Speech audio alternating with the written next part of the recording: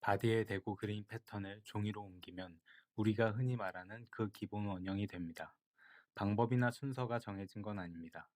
누구나 손의 리듬이 다르고 눈의 속도와 감각의 기준이 다릅니다.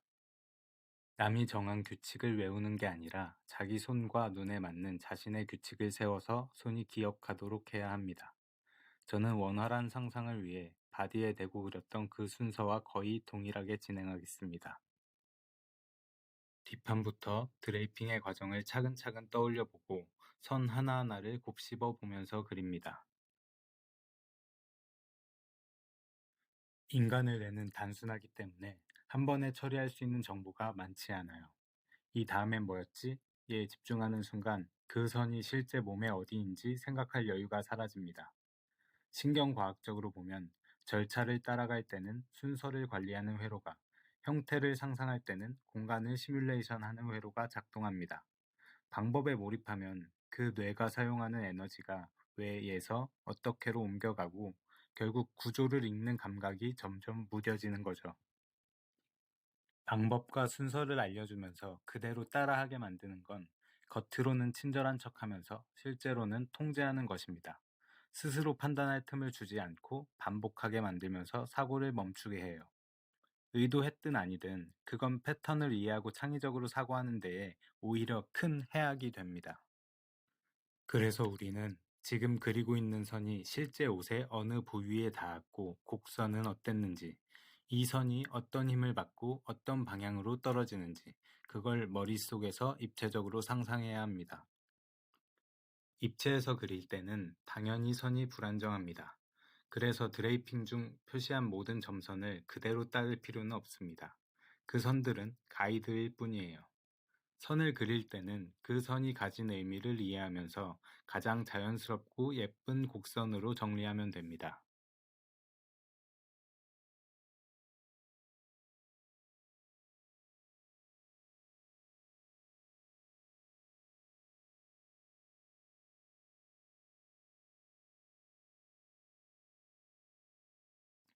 패턴 메이킹에 익숙하지 않은 사람들이 가장 어려워하는 부분이 아몰의 곡선을 어떻게 그려야 하는가, 혹은 어떤 아몰이 예쁜가일 겁니다. 먼저 답을 드리자면 내 눈에 예쁜 선이 정답입니다. 우리는 이미 드레이핑을 통해 그 정체를 확인했습니다. 아몰은 계산식이 아니라 구조의 결과입니다. 선을 그리는 데엔 아무런 물리적 제약이 없습니다. 제 책을 포함해 수많은 제도법에 나오는 몇 센치 나가고 몇 등분을 해서 어디서 직각으로 얼만큼 내린다는 식의 지침들은 그저 가이드라인일 뿐 그 자체로는 아무 의미도 없습니다. 물론 소매가 달릴 경우엔 이야기가 달라집니다. 팔의 운동이 몸판에도 영향을 끼치기 때문에 그 힘의 변화를 고려해야 합니다. 하지만 그 또한 제한이 아니라 해석의 영역입니다. 디자이너가 미적으로 가장 아름다운 선을 찾고 기술자는 그 범위 안에서 공학적, 역학적 관점으로 가장 합리적인 운동성을 만들어야 하는 것이죠. 즉, 아름다움의 경계 안에서 움직임의 논리를 설계하는 것이지 그냥 정해진 법칙에 따라 제도할 거라면 디자이너와 패턴 메이커 중 한쪽은 존재할 이유가 없습니다.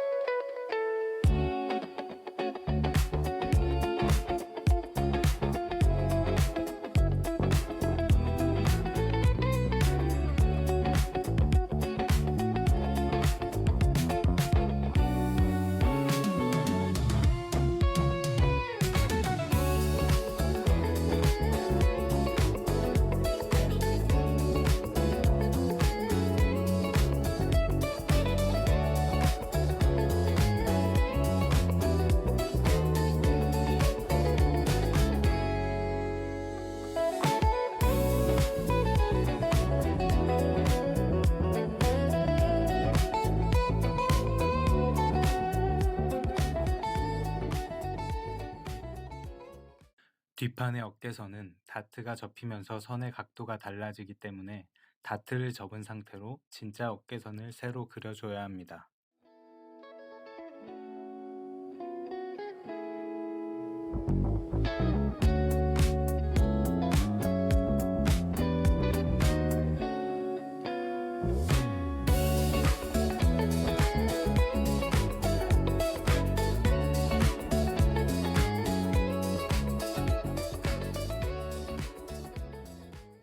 다 그렸으면 각 연결 부위가 정확하게 잘 맞아떨어지는지, 특히 넥라인, 암홀의 곡이 부드럽게 이어지는지 확인합니다.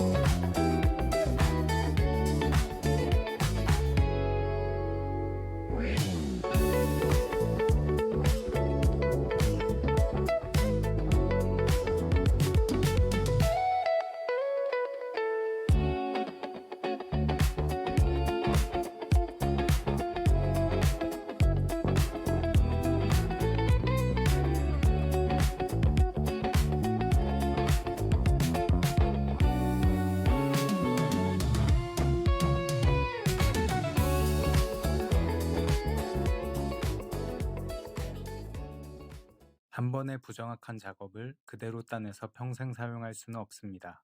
패턴은 늘 수정되고 그 과정에서 다시 태어납니다. 중요한 건 어떻게 보다 왜를 알고 있는 것. 그걸 이해해야 어떤 형태든 스스로 답을 찾아낼 수 있습니다.